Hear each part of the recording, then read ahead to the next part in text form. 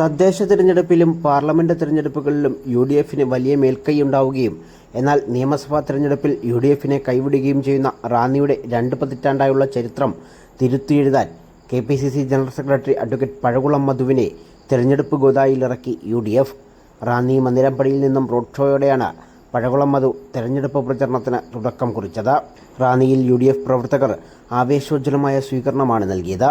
തുറന്ന ജീപ്പിൽ പത്തനംതിട്ട എം.പി. ആന്റോ ആന്റണി, ജില്ലാ പഞ്ചായത്ത് അംഗം ഷാരോൺ എന്നിവരും അഡ്വക്കേറ്റ് പഴകുളം മധുവിനൊപ്പം റോഡ് ഷോയിൽ പങ്കെടുത്തു. കഴിഞ്ഞ 30 വർഷമായി റാന്നിയിൽ ഒരു മാറ്റവും ഉണ്ടായിട്ടില്ലെന്ന് പഴകുളം മധു ആരോപിച്ചു. യു.ഡി.എഫ് അധികാരത്തിൽ വരുന്നതോടെ റാന്നിക്ക് കഴിഞ്ഞ 30 വർഷം കൊണ്ട് നഷ്ടമായ വികസനങ്ങൾ കണക്ക് പറഞ്ഞു വാങ്ങിയെടുക്കുമെന്നും അദ്ദേഹം പറയുന്നുണ്ട്.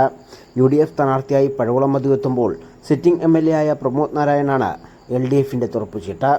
എൻ.ഡി.എ ആകട്ടെ 2020 സ്ഥാനാർത്ഥി തോമസ് കെ സാമുവലിനെയാണ് രംഗത്തിറക്കിയിട്ടുള്ളത്. 3 മുന്നണി സ്ഥാനാർത്ഥികളും പ്രചരണ രംഗത്ത് സജീവമായതോടെ റാന്നിയിൽ കടുത്ത മത്സരത്തിനാണ് കളമൊരുങ്ങുന്നത്.